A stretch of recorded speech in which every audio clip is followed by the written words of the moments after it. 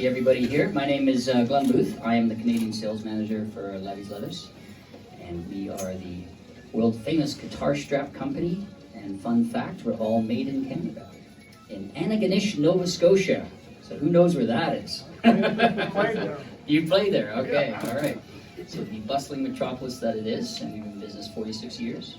And we're happy to be in conjunction with Long McQuaid and Kereliuk, putting these little clinics on for you. And tonight's clinic is Chop Shop, so hopefully you guys will get something out of this. And don't be afraid to raise your hand, pose some questions, answer some questions. That's kind of what this is about.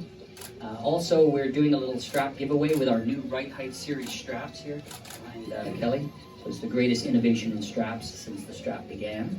And if you guys want any more information on that, as I say, near the end of the clinic, I'll just give a little demo on it, and then we can check them out after if you like. And also tonight, Liz Long McQuaid is doing 10% off on any Levy strap that they carry in the store. So great night if you want to get more comfortable with your guitar. But without further ado, I would like to introduce our man. If anybody has not heard of Kereliuk, put your hand up. All right, see? Famous, you're a legend. All right, his hometown. No, I hired them all. Oh, you hired them all, okay. All right. So yeah, it's just going to be a great show. Again, this is a nice little impromptu thing, so enjoy the show. I'm going to leave it to Kelly here, and we'll kick it off with a tune. Oh, that's good.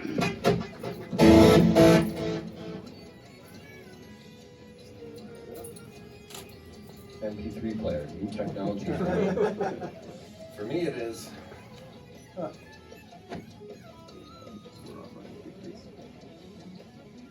funny thing with this one, there's no stop button.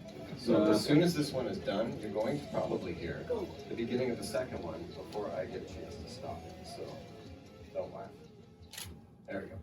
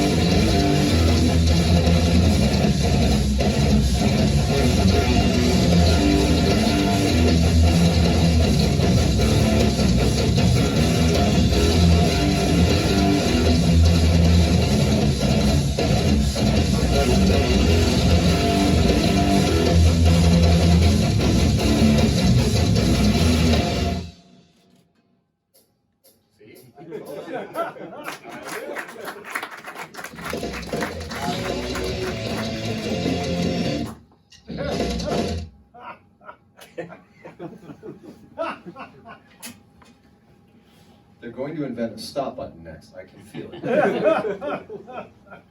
Well, thanks for everyone for coming out. Very cool. I was going to say, you know what? There's like a family reunion. There's a couple new faces here. It's really cool. But I just thought, how funny. Here's a bunch of guys I know who play guitar extremely well, and I'm here trying to tell you about practice, and clearly I'm preaching to the choir. So the idea is to basically talk about practicing with a goal in mind, or how to focus when practicing. I mean, a lot of people, I'm only assuming everyone here plays an instrument. This isn't actually even just guitar specific, to be honest with you. Yeah, everyone? Okay. So what I'm about to speak about really doesn't matter if it's guitar or not. It could be applicable to pretty much any musical discipline that you're, dealing with. But through all the teaching that I've been doing over the years, I see a lot of people who are into the idea of practicing. They understand, okay, if I'm going to do this at any level, I understand that I'm going to have to put some time in. And they're cool with that. I mean, who doesn't? But in talking to people and hearing their frustrations and hearing about, all the time that they've put in and they're not getting anything from it, it seems to be a common thing. So they think they've been practicing, they're not getting results that they want, so they think there's something wrong with them. Not talented enough, maybe they didn't have the right thing for breakfast, or whatever. They think there's something wrong with them, when 9 times out of 10, it's probably there's something wrong with their method of practice. They're putting in plenty of time, perhaps more than enough to get results, but perhaps they're not doing it in the right way. So really what we're going to do is try to define and refine what practice actually is in order to get the most out of your time. Does anyone here have 24 hours a day to play guitar? And think so. You don't need 24 hours a day to get proficient at your instrument. You don't even need 8. If you have 8, go for it. I can't remember the last time I practiced for you. It's only been like a handful of times. Not often, honestly, to be honest with you. So let's talk about that. Anyone want to volunteer their idea of what practice is? John? I saw you smirking. I'm just kidding. Okay, so typically you sit down and you say, okay, I'm going to practice guitar, and you have maybe a song in mind, right? The song you're working on, or a part of a song, or a solo, or a technique that you want to develop and get good at. How do you typically go about doing that? Well, I see a lot of people doing this kind of thing. They have, let's say it's a riff or a solo or a lick or something, just something small. And they what equates to, they lunge at it. It's like the equivalent to basically seeing like an opponent and then just trying to wrestle them to the ground. Right? So in other words, they attempt what they're doing. They go, okay, here's this thing I have to play. So let's see, you got the notes, okay. And they try to play it. They try to play it the way they hear it. They try to play it the way it is on the recording and fail. And they go, okay, well, my mom said I should always keep trying and trying again. So they try it again, and they're like, not quite. And they keep trying and trying and trying. The problem is that it's not about, you don't want to lunge at it. You don't want to attempt. Why don't you just do it right the first time?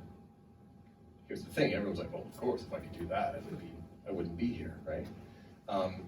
The thing is that you have to understand that you have to approach it at the level that you're currently at. In other words, just get it right wherever you can get it right. You can't run with the ball until you've caught it. So if you want to run with the ball, catch it first, right? Catch it. Get used to where you can currently play it at your level. It doesn't matter. This might sound familiar for the guys who've been playing a long time. I started playing guitar when I was 9, and it was around 11 or 12 where I started to hear guys that made me go, oh, that's not the stuff I hear on the radio. I didn't know you could play guitar like that. I'm talking guys like Steve Vai and Joe Satriani, or even country guys like Ricky Skaggs and players like that, where you're like, okay, that's not just, you know, there's a little more going on there. I enjoyed this, mind you. I'm like, okay, cool, I can play a song. But I would hear these guys that were like, whew. And I didn't feel qualified to even attempt it. I think a lot of people can relate to that feeling, where they're like, this is an awesome thing, I would love to be able to do it. It'd be so cool if I could do this. My life would be complete. And then they try once, and they go, okay, no, I'm not qualified for this, so I'm gonna go back to right? And I was that guy. I was getting guitar magazines all the time and buying instructional videos and all that kind of thing. And stoking the fire, I mean, all this stuff helped. It kind of, you know, kept me going and motivated. But I still crept around the stuff that I really wanted to do. I felt like, I'll attempt this when I'm there. Why don't you use that stuff to get you there? Why not? Again, what's the hardest thing in the world to play? I don't know. I don't know what it is. But whatever it is, it's easy if you do it one note at a time. You know, let's say the hardest thing in the world, and it's clearly not this, but let's say it was this.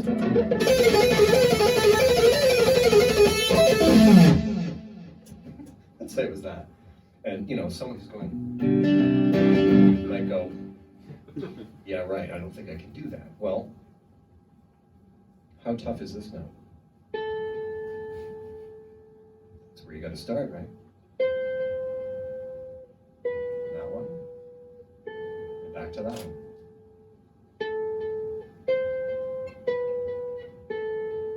Not so scary after all. It's not bad either. And the point is, it's like you're walking on a road and you're putting the bricks in front of you to build the road as you go. That's really what it is. So you got that note? Great. Add that note. Spend some time repeating these. Because the whole thing comes down to this.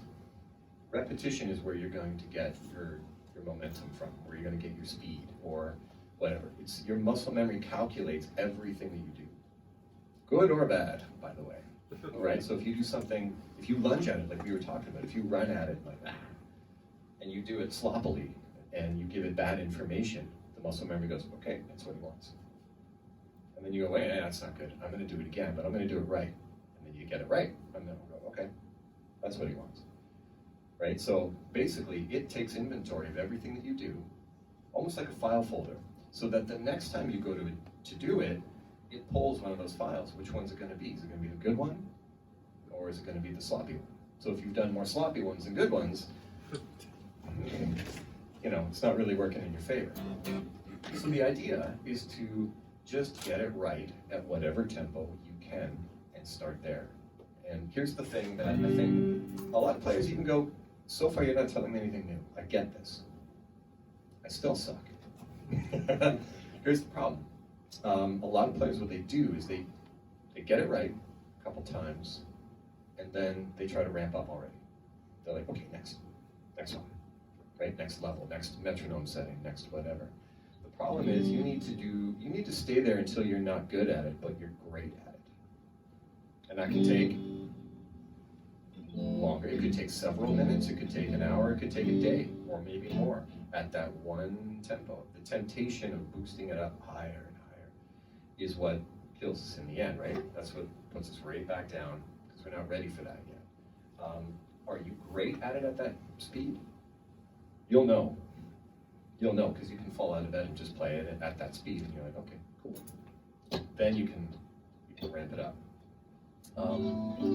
Which probably already starts to sound like quite a contrast to the way maybe you practice, or you know of other people practicing, right? Where it's not just sit down, learn the thing, and then attempt it a bunch of times and hope for the best. It really comes down to mastering it and letting muscle memory work for you. So again, if you do it perfectly 1,000,000 times, you're probably going to be not good at it, you're probably going to be great at it. And then go from there. Is this, anyone can relate to this? Anyone got questions about it so far? Do you find your students, as far as listening, tune out? too much? Like, do they just move their fingers and not really listening? Yeah, that's actually a really like good point. hearing it in your mind and Yeah. having that film running in your. Well, that's actually the next, that actually segues, thank you, Adam. Oh, sorry. Segues into the next thing. Thanks for the $20. Right? Hang on. That actually brings up the next point. So you're practicing now. Now you understand that, okay, I gotta get it right. And I have to like just settle in the fact that this is gonna take a little bit, but the results are gonna be worth it, and it's gonna be great. So the other thing to consider is the size of the chunk that you're taking on. How much are you having for dinner this week? Or are you gonna, have something manageable? So don't take on too much at once. Refine and focus what it is you're working on. So again, let's bring up the point. We don't have 24 hours a day to practice. We have, let's say, 15 minutes. I know a lot of players, because they come to lessons and they're like, yeah, man, sorry, I didn't really get much chance. I had like 15 minutes the other day and I wasn't gonna get anything done in that time. Oh, really? Right? It sounds like that's not enough time.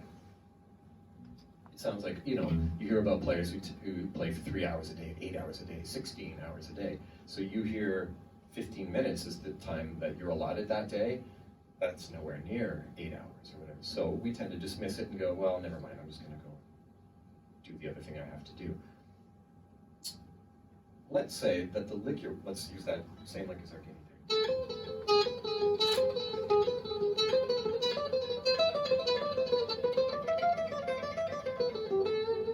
Let's say it was that. Let's say that was your project. Let's say that was the thing that you really wanted to learn how to play. Break it down into small chunks. If you can find patterns within it, even better, because that means all you really have to do is work on one segment of that pattern. And then once you're good at that, you can do the rest of it. So for example, this really is the heart of this lick.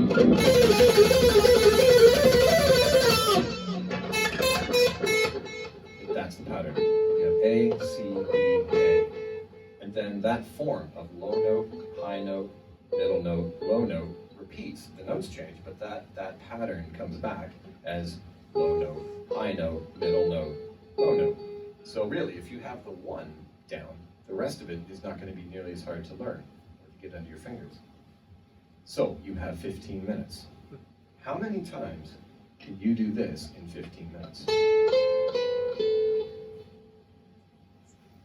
I don't even want to calculate, but it's a lot, right? So if that's the heart of this whole thing, how many repetitions can you get in 15 minutes of just that? Might not sound like you're being productive, but let me tell you, if you sat there and did 15 minutes of that perfectly, and by the way, when you're doing that, that's 4 notes. Don't zone out when you're doing this. Don't go, okay, I've got the hamster on the wheel now, I'm just gonna. Mental focus is what's gonna sear that into your muscle memory. If you're thinking about pickles, homework, anything else, then the exact movements you're making with both hands, you're not gonna get the results you want, at least not as soon as you want. So you basically have to be your own quality control specialist on the line. Making sure, and with the checkboard, sitting there going, yep, yep, yep, check, check, check, like literally, do that. Because every move you make gets calculated. Here's what I think about when I'm working on this stuff. I'm thinking about my left hand placement. Am I on the very tip of the finger? That's going to produce the clearest tone. It's also going to allow my hand to stay as relaxed as possible. Why? That's my hand relaxed. When you're sleeping, it's like that. Well, if you have a nightmare, it's like that. But if you're sleeping and you're comfortable, you're relaxed. Your fingers are naturally curled. So by fretting with the very tip of your finger and relaxing the rest of your hand, you're going to have every finger curl. You'll notice that every knuckle gets a little bit of a curve on it.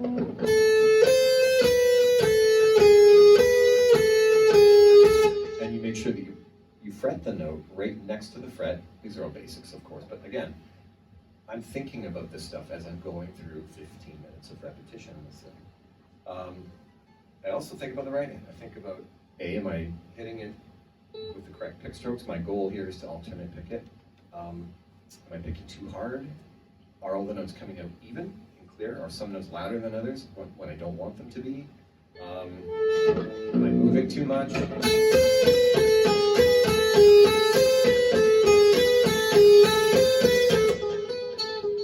Sometimes I'll switch to a clean tone to double check.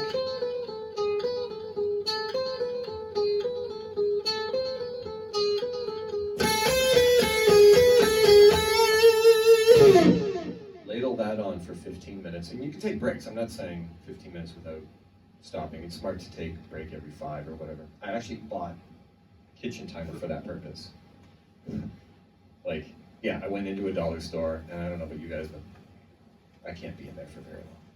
So the dollar store, how does that go? You get people with these carts, and they're putting everything from plungers and, you know, everything in a bag of chips on top, and they take it up to the counter.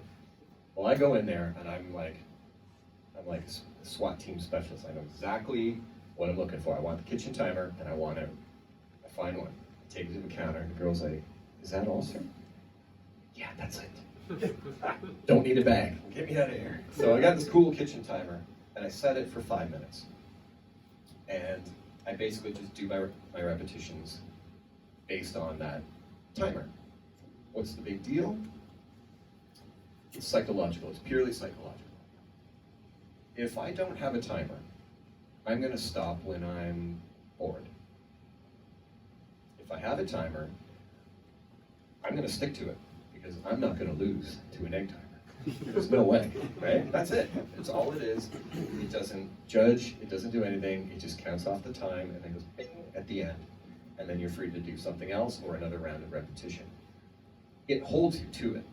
You can set it for whatever you want. Certain things are better at 1 minute, certain things are better at 3 or 10, or whatever. But for general purposes, I set it for 5. And sometimes, yeah, I'll use a metronome too. Like, that's not what I meant by timer. I'll use both. I usually have them hanging out together in the same spot on my desk. But 5 minutes. Constant repetition, ease and relax. By the way, I should point that out. I'm at no point am I pushing during this process. I'm not chasing the speed. I'm not trying to, kill it, right? It's like, no, you want it because your muscle memory remembers how relaxed you were as well. So if you're like at the edge of your ability for 5 minutes, if you're doing a lot of repetition, you may be playing it correctly and it might be clean and all that. But if you're a little tense, muscle memory kind of remembers that too, which obviously we don't want. We want to be as relaxed as possible. So during this process, at no point would I push. In fact, when I was warming up here to play all this stuff, this is what I was warming up. This is how I would warm up. Let's say the part was,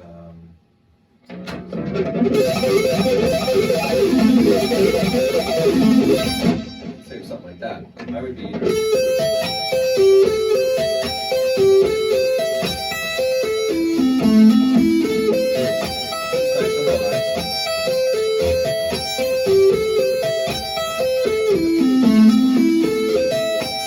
Well beyond whatever level I can actually play it at, but it just instills relaxation, it instills muscle memory. Again, I'm thinking about how every note's coming out, and that's how I practice for stretches of time, right? 5 minutes at a time. How much time you have? You got 15 minutes, I can do 3 5s.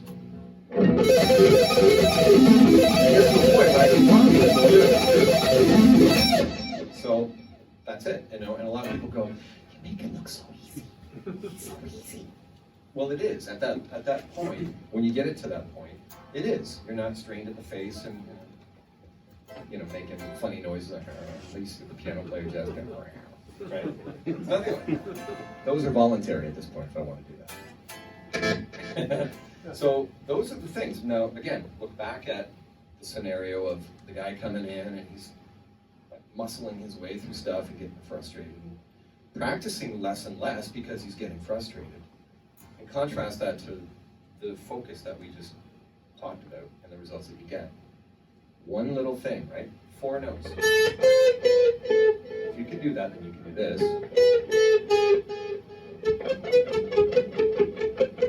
Now you've got another cool little loop, but it all started from just that one little idea. you run with it. One of the coolest analogies I've heard about how focused you should be involved the sun. Right? On a nice sunny day, it's like it's beautiful out, it's warm, glowing, pleasant, not winter. But if you were to take a magnifying glass and focus it on something like a piece of paper or a dinky car or an ant, check out the destructive power of the sun, right? What have we done? We have focused it. We have like harnessed it, and a little tiny sliver of that is like setting stuff on fire, right? Be like that. Be like that magnifying glass with laser precision and focus when you're practicing, when you're doing all this repetition. So again, if you're looking around the room and thinking about other stuff, you're not going to get those results. Probably. You'll be frustrated with the amount of time you spent and how little you've received from it. So yeah, that's basically the concept I was trying to present for practicing. And you can apply that to anything. You can apply that to chord changes. So let's say, common one. People come in, they've been playing guitar for a bit, they know how to play some chords. And a really common complaint is, well, I've got these chords and I got the song and I can play it, but the changes, my chord changes are really kind of slow. Like they're not, like I can't keep the time with my right hand because my left hand is constantly lagging behind when it comes to the changes. And I'll ask them to demonstrate because I have to see this for myself. I have to see if what I'm thinking is what they're doing. And sure enough, and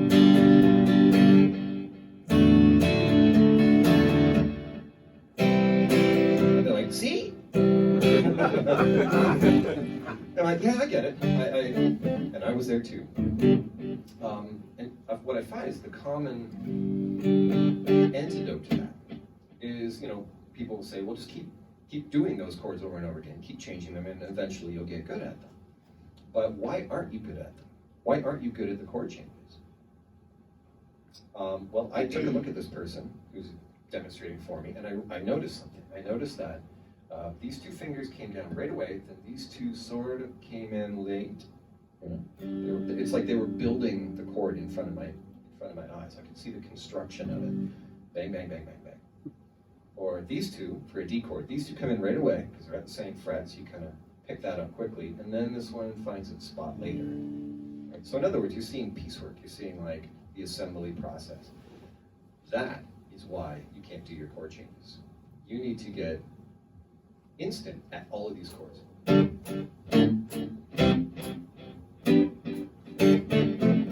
Like any chord has to be automatic. People are like, that would be nice, but how do we get to that point? Here's the trick. Again, focus. Don't take on all the stuff at once. Pick one chord. Let's say G. Here's what you do. You form your G chord at whatever level you can. Again, we're not trying to race ourselves here. Form your G chord, strum it once, and remove your hand.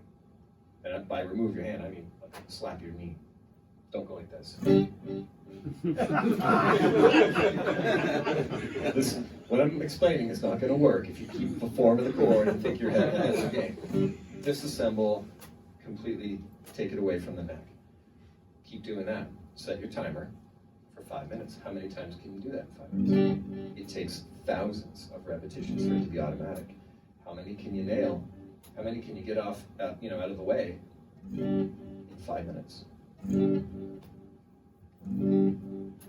This is what's going to get your chord changes fast. But you need to be proficient at all of the chords equally in order for your changes to be fast.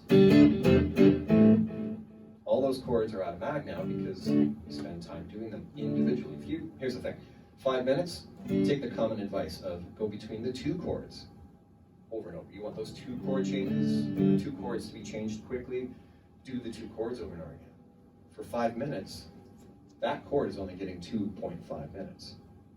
That chord's only going to get 2.5 minutes of playtime in 5 minutes, right? If you're going back and forth. Spend all 5 minutes on one chord. Again, focusing. That is how I was able to play this chord.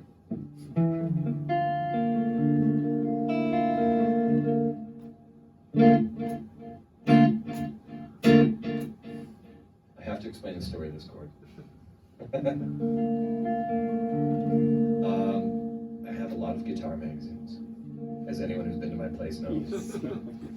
An S-ton of guitar magazines. Well, one day I was looking through an old issue, like from the 80s or something like that, and I'm leafing through, and if you know, anyone who's seen guitar magazines back then will totally relate to this. You know, everyone posing for guitars in ads was this. And stuff like that, and it's like, I'm looking at a country guy going, dude, you do not play that chord at all, right? This is just, you know, so I made fun of it. I thought, I'm sitting there, I got it on my stand, I'm just like, whatever. And I'm like,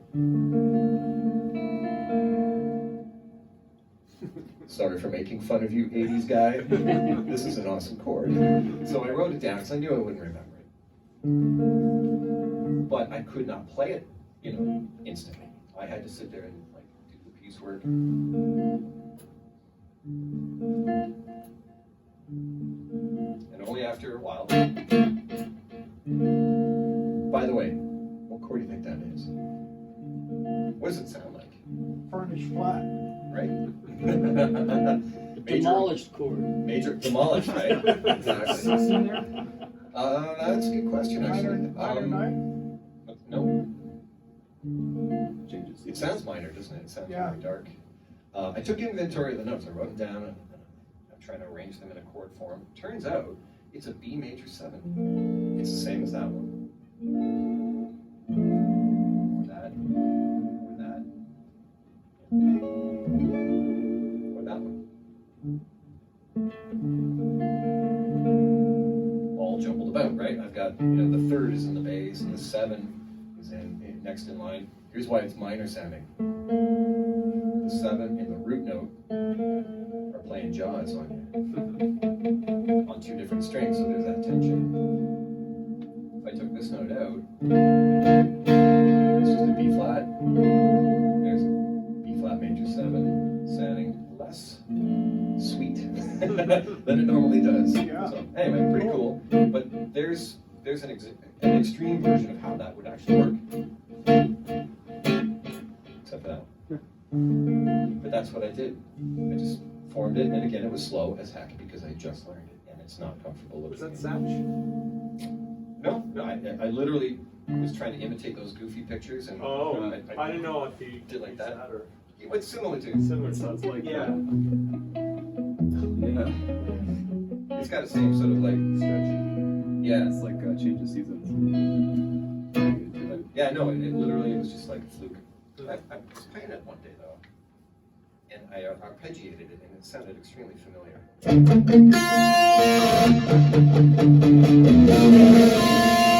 You do that to it, and all of a sudden you're like, hang on, it is the 80s. Yeah.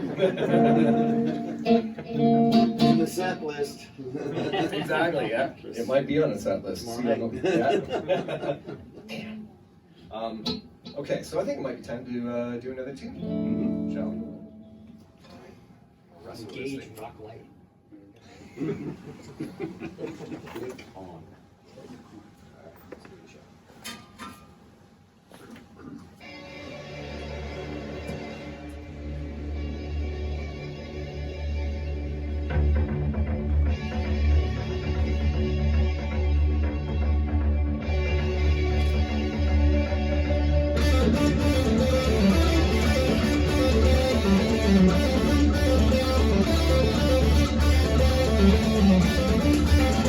Thank you.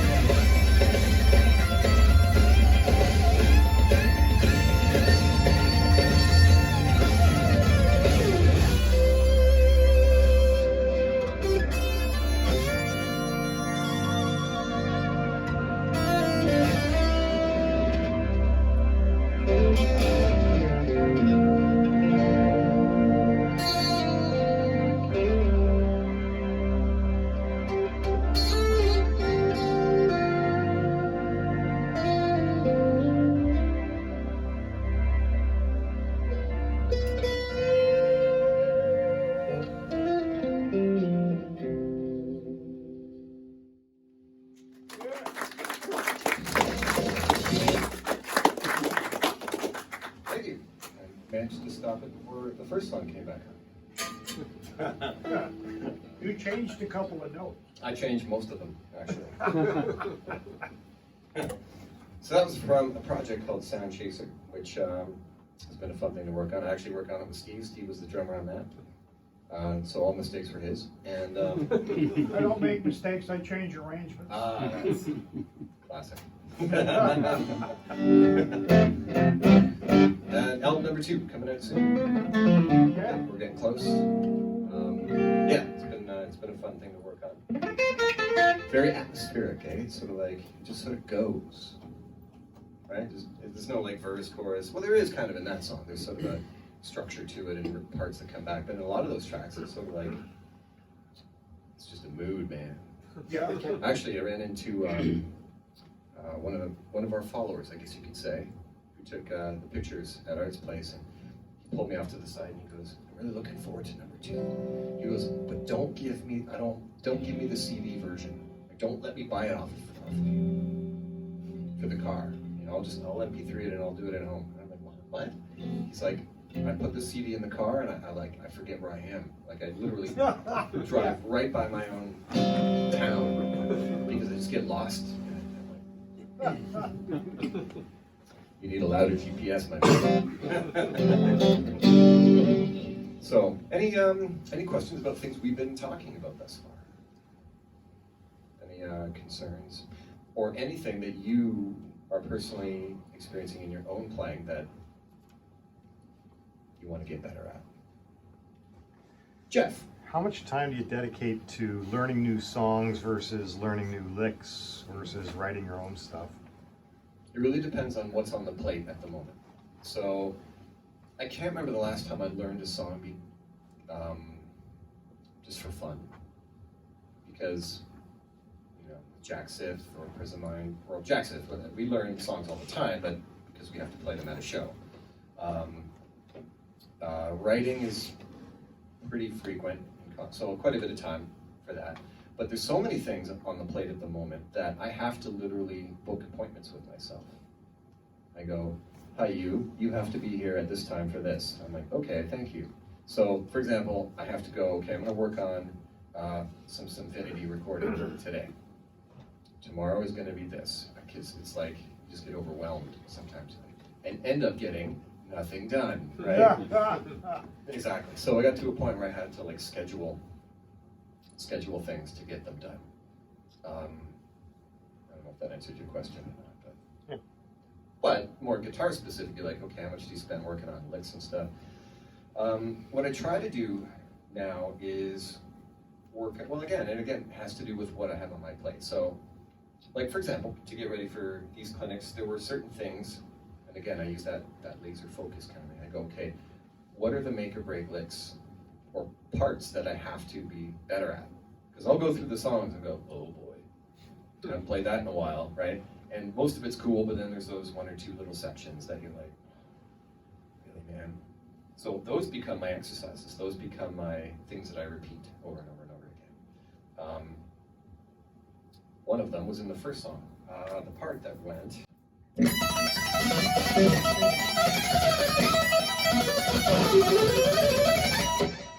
little, I guess you could call it a pre-chorus melody.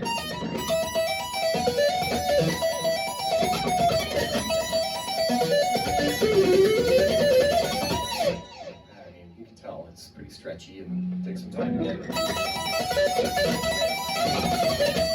Yeah, so that was one of those. So I did that for 5 minutes.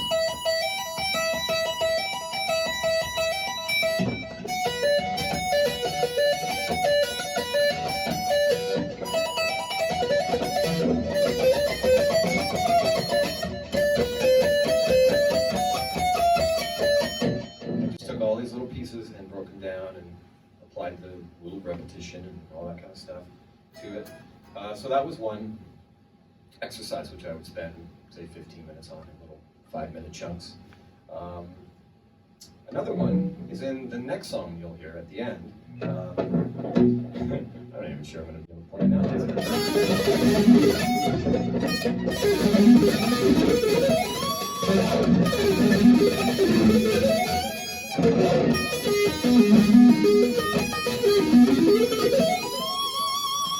That was the last one I was looking for.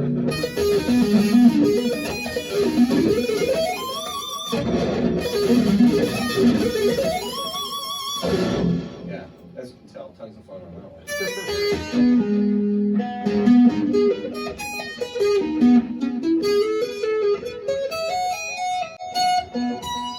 I swear to God, these lights are insane.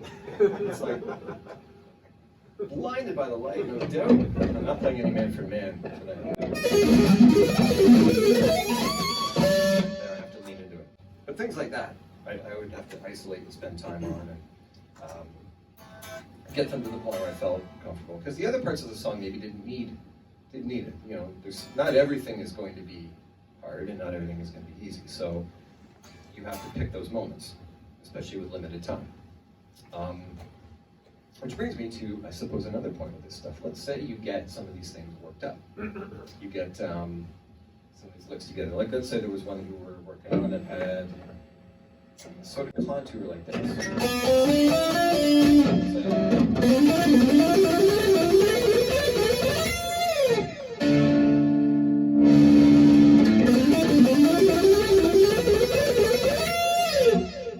I think of those little things, I know it's just sort of like a big blurred notes, but I think of those things as ladders. So when it comes to the point of application for this kind of thing, start thinking in terms of application. If this is an exercise that you're working on,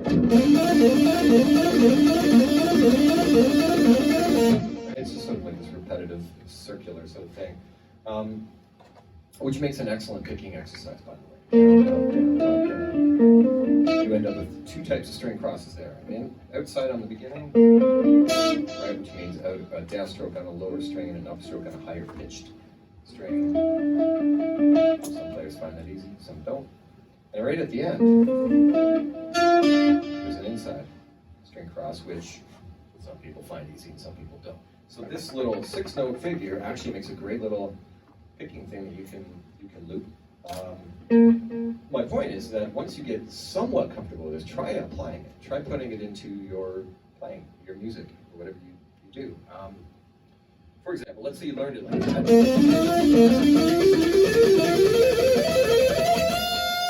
What I like to do is put myself in a scenario, maybe I'm playing over a jam track or whatever.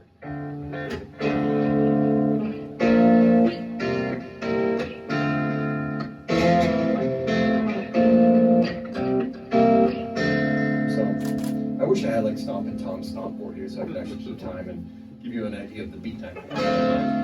But I don't. So, it might go something like this.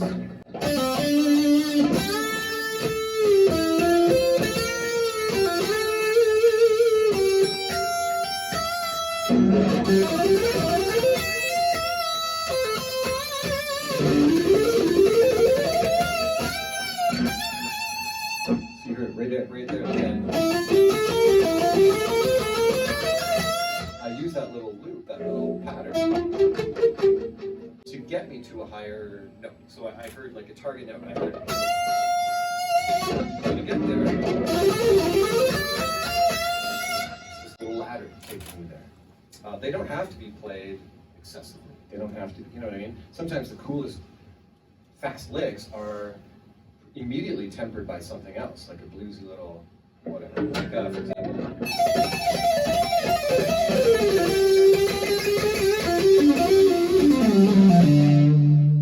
you kind of throw some sour cream on the salsa, right?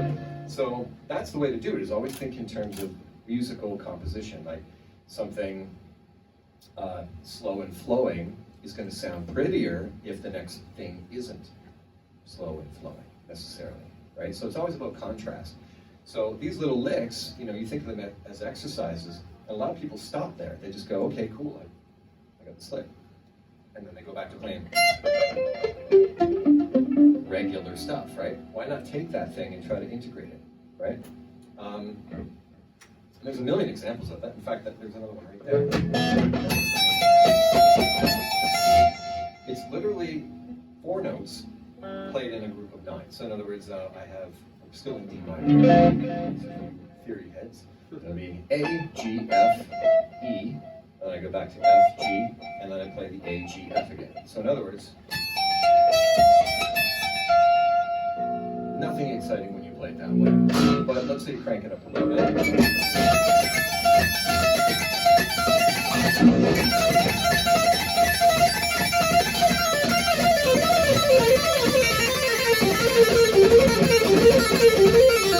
There's a certain cool rhythmic thing to it. It's almost syncopated in a way. So you can turn that exercise, which originally it was, into something that that you can use in our songs. So let's try this again.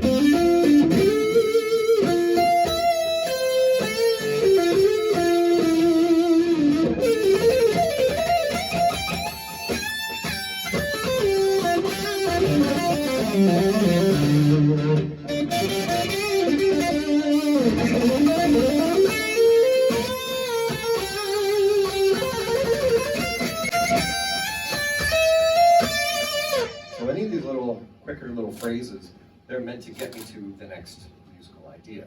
Not just, here's this lick I know, I'm just going to play it, and you'll all weep instantly from joy. So it's about, it's about how to apply it. So, some people go, well, how do you apply it? Like, how do you know what to do? It's a lot of listening. It's a lot of listening to players who do that kind of stuff well. All my favorite players do that kind of thing really well. But if the kind of players you don't listen to don't kind of do that thing, and you want to, best thing I can say is pay attention to balance and contrast. Again, it's very simple. It's sort of like, are you going to start off with a nice, cool bluesy phrase? Then maybe the next thing you do shouldn't be, just so that both are cool, right? If all you did was these slow bluesy phrases, I'm not saying it would be bad, but after a while, it's sort of like, okay, I get it. Same old, same old. Same as someone who just rips out of the gate full throttle all the time. It's like, ooh, that's neat. And then you're like, you done, right? So if you constantly throw both out there, you just have this balanced thing that is a little more pleasant to listen to. You'll sustain interest longer. So after all that practice, you can actually use this stuff.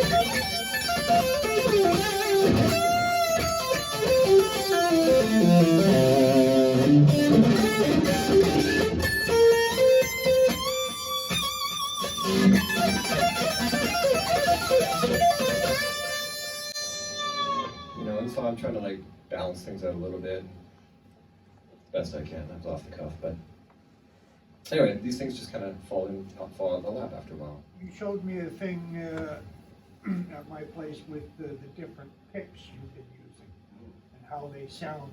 They have different tone. Yeah. Maybe these guys would be interested in that. Potentially. I have a few here, actually. These are the ones that I've been endorsing in the last while. They're kind of cool because they look like Swiss cheese. cheese. Right? And you're like, oh, that's cute. My kids would like that.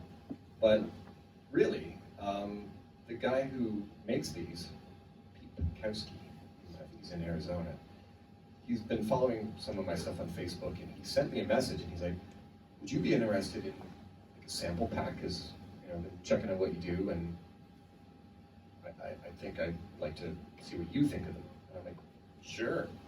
You should see how many pics I have. So if someone wants to send me more, I'm like, yeah, of course, I'll make room. I'll add a third bedroom. So the cool thing about these is that not only do the Swiss cheese holes make them instantly visually identifiable now. From now on, if you ever see this pic, you'll go, oh, that's a Swiss pic. It's cheese, right? But the holes are actually raised. So the material itself is kind of a textured grip. So you actually, the holes are actually your grip, is what I'm getting at. They're all made of different material. To my ears, I hear a difference. If I were to play any of the picks I have here, you'll probably go, yeah, it's all the same. Right? No. Coming out of the amp. You don't think so? No, no. All right, let's try. So this is the Swiss Picks Blue Cheese Jason Becker bottle. This is the one he's sanctioned them to call his own. Even though he can't play, unfortunately. Okay, so we'll guinea pig these with one lick, right? Just so they're all the same. You can kind of hear. Let's see. Well, we'll just do that original one. No, this one.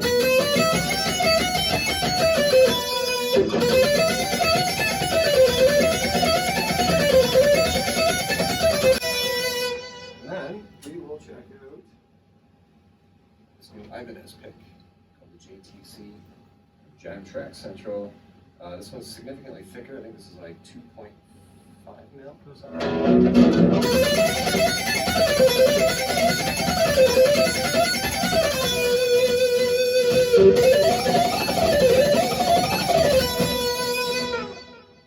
Chirpier. A little chirpier. This is the Rusty Coolie. Back to Swiss Picks again. The material is not very specific. They said it's a polycarbonate, so that leaves it kind of open.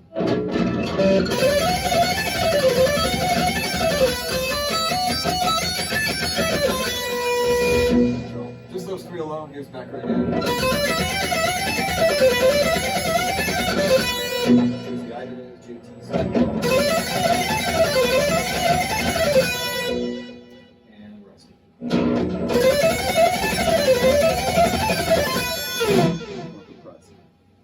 More compressed sounding. Is it thinner? Is it good? 1.8. Yeah. What are the other ones? 1.8. Oh, okay. And like I said, I think it's 2.5 millimeters on that. Here's a cool one. This is the Dunlop Flow. This sucker is 2.0.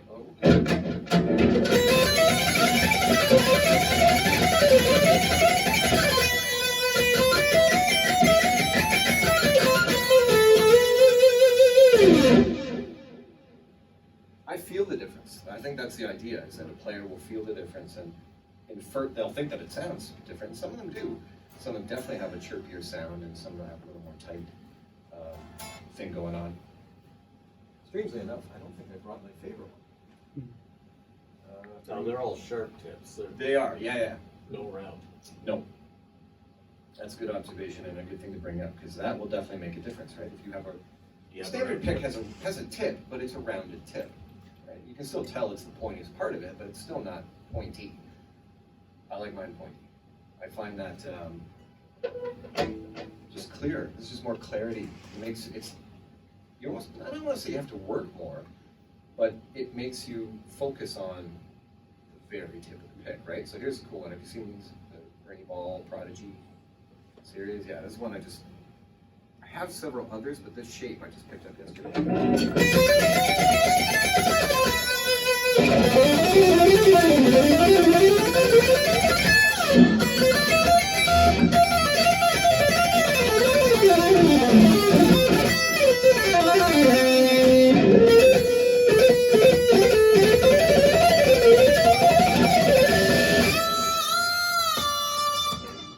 quick on clean tone. Is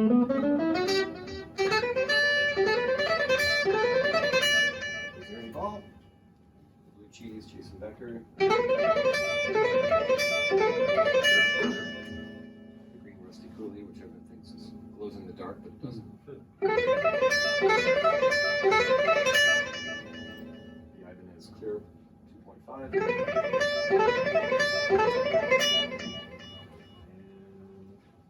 the flow.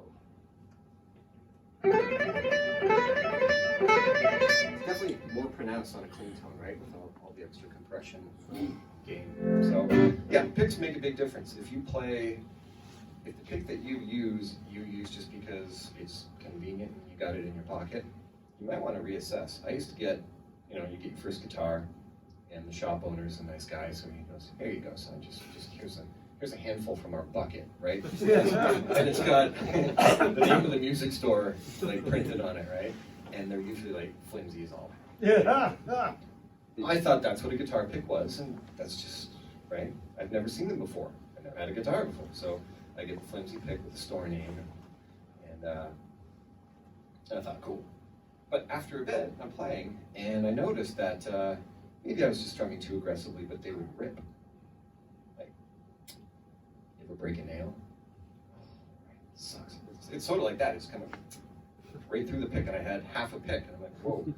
So I kind of decided to check out my other options, and I ended up with these insanely thick picks over the years. I've got one that's 6 millimeters. Yeah, it's big enough to choke a horse. Luckily, I don't have one.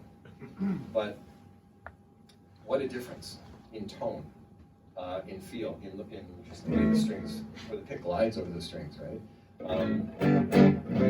It's funny because guitar players, especially, will spend and obsess. They'll spend thousands of dollars on guitars looking for that. Dave knows what I'm talking about. He's like, Guilty. Looking for the perfect thing. Then you get the perfect guitar, and then it's got you have to have the perfect amp, right? So there's a whole other journey, and you'll spend thousands of dollars modifying and all this stuff, and then if you're really obsessed, you'll go, well, let's look at my cable. I've seen monster cables for $150, and they're 10 feet, right? Whereas most people would be happy with a 10-foot, $10 cord. And then they'll pick up their guitar and play it with a 25-cent flimsy pick with the store name on it. Why stop there? Why not have the thing that's creating the sound? Why not have that be the best you can do too, right? Actually, that's a good segue because when you think of guitar straps, I do think of them. yes, but I'm just saying guitar players typically it's you just bought this $3,000 guitar and this $5,000 amp to get all this tone and that, and then you buy a $10 guitar strap. And my adage is a cheap guitar strap can be the most expensive musical purchase you make when it goes and hits the ground. How many have we seen those YouTube videos? The guitar's gone. Right? So, and it's one of those things that actually attaches your body to the guitar. And like Kelly says, a pick is a very simple thing, but it can affect your tone, the way you play, everything. And the same thing with a guitar strap. If you're not comfortable playing, right? If it's bad for you, your posture's bad or whatever, then you're going to be seeing the chiropractor every week. So, it's not just a utilitarian thing. It actually, comfort is a big thing that you got to consider when playing guitar. Also, you want to look cool, right? So, having style with it helps. But what we've come out with, as I say, with this right height strap that we just came out with this summer, we actually won Best in NAMM show for it. If you guys know what the NAMM show is, that's a huge trade show in California every year. It's kind of like the auto show is for musical instruments. And it's the first time a strap has ever won it. Up until now, when you think of a guitar strap, there's two main designs. There's the loop and ladder, right? Snake and ladder, we call it, right? And then the buckle. And if you ever wanted, and we've all done this, all the guitar players in here, you go, okay, this is where I want my guitar. And you get the strap and you loop it all through, and then, it's too short. And then you got to spend another half an hour finally tweaking. Or if it's a buckle, you still have to take the guitar off, adjust the buckle, and put it back on. What we wanted to do is actually invent a strap that you can adjust the height of the instrument up or down while still wearing it. And that's where this came into play. So my Vanna White here, Kelly, is going to show us how it works. And it's super simple. So something we call ripcord technology. So as you can see here, we have this little pull tab, and you can either use your thumb or your hand. And if you cinch it backwards, it lowers the guitar. Just like that, done in seconds. If you want to raise the guitar, you do the opposite motion. You just pull it like almost like a backpack. And you just raise it. And it will sit whatever level you wish. And I mean, this is really handy, especially on a jam night. Someone trying to play a guitar. It's also really handy as well if, say, you're a singer guitar player. You know, you can free your diaphragm up, have it down, and if you're going for your leads or whatever, bring it up. If you're sitting down with it, you can, you know, keep the adjustment the same. So there's lots of things you could do with this, and it just makes it really simple to use. And what we've done is we've put it across 5 of our popular materials. So leather, obviously, we're famous for, so a nice padded leather. For all of you who have Les Pauls and heavier instruments, it's a nice feel. We've also come up with this new ergo strap, which again we have a patented design for, and this actually sits across your trap here and actually relieves the weight off your shoulder. So if any of you are suffering from shoulder or back issues, I think you should check that one out. It's very cool. And then we have a nice suede. If a lot of players like to have the guitar to sit in like one position, suede is great because it grips your clothing, right? So it tends to, if you let the guitar go, it tends to sit a little better. Now, if you're the opposite, you're a rocker, you know, like Steve, you know, then you're you know, throwing shapes, as they say, all over the stage, then something with a nylon or a poly or even the garment leather back moves a lot better. I'll take a dozen of each. There you go. There you go. Excellent. But these are things too, like again, it's part of the guitar. Like don't discount it. So what I'm going to do is we're going to give away one of these cotton straps to one lucky guest here tonight. So I would say drum roll. I'm holding out for Steve. Simple. There you go. All right. And the winner is Steve. Is it E-N-D-T? EYDT. E-Y-D-T. Ite? Is this what? Okay. Yeah, okay. Steve Ite. Let's have a round of applause for Steve. All right. If any of you guys want to try any of these out after the clinic, we'll be out in the store or anything like that, or here, you can see how it works. And thank you all very much for coming tonight, and I hope you've enjoyed this session, Shop. And I think we should finish off with a tune. What do you say? Let's do so. All right. Hit the lights, camera, action.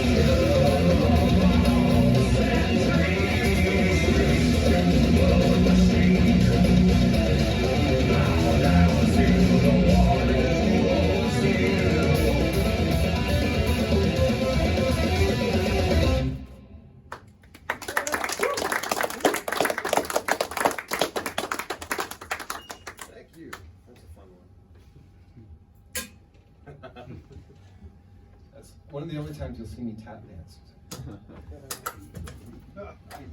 Apparently I'm only good with one foot, so. It's gonna be nice when you come up with an ending for that one. Right, yeah. Look, it'll go.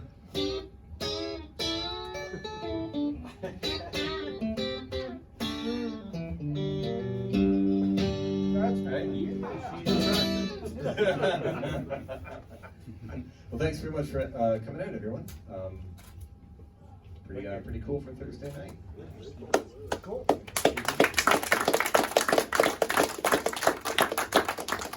So you got straps. Oh, yeah, we see these out front. If you're interested in that, we have a Prismind CD and a Sound Chaser disc as well. Are both out there. Samples of the straps that you saw today are also out there for you to check out. And yeah, let's hang out for a bit. Do you have lock straps on that? I do, also from Levy's.